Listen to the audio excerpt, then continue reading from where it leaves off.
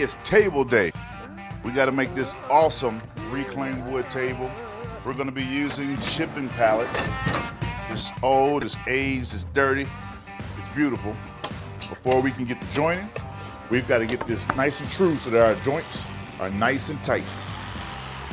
Each piece has its own little home inside of the table that has to marry to the next piece in order for that table to join together correctly.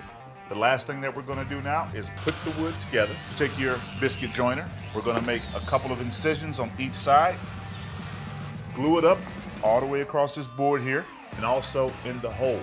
All right, so you insert the biscuit into it. Then we're going to clamp it up. Next, we need to get this thing sanded down and staining it a really beautiful stain that's going to bring out the wood grain. And then, of course, we're going to seal it as well. Very pretty.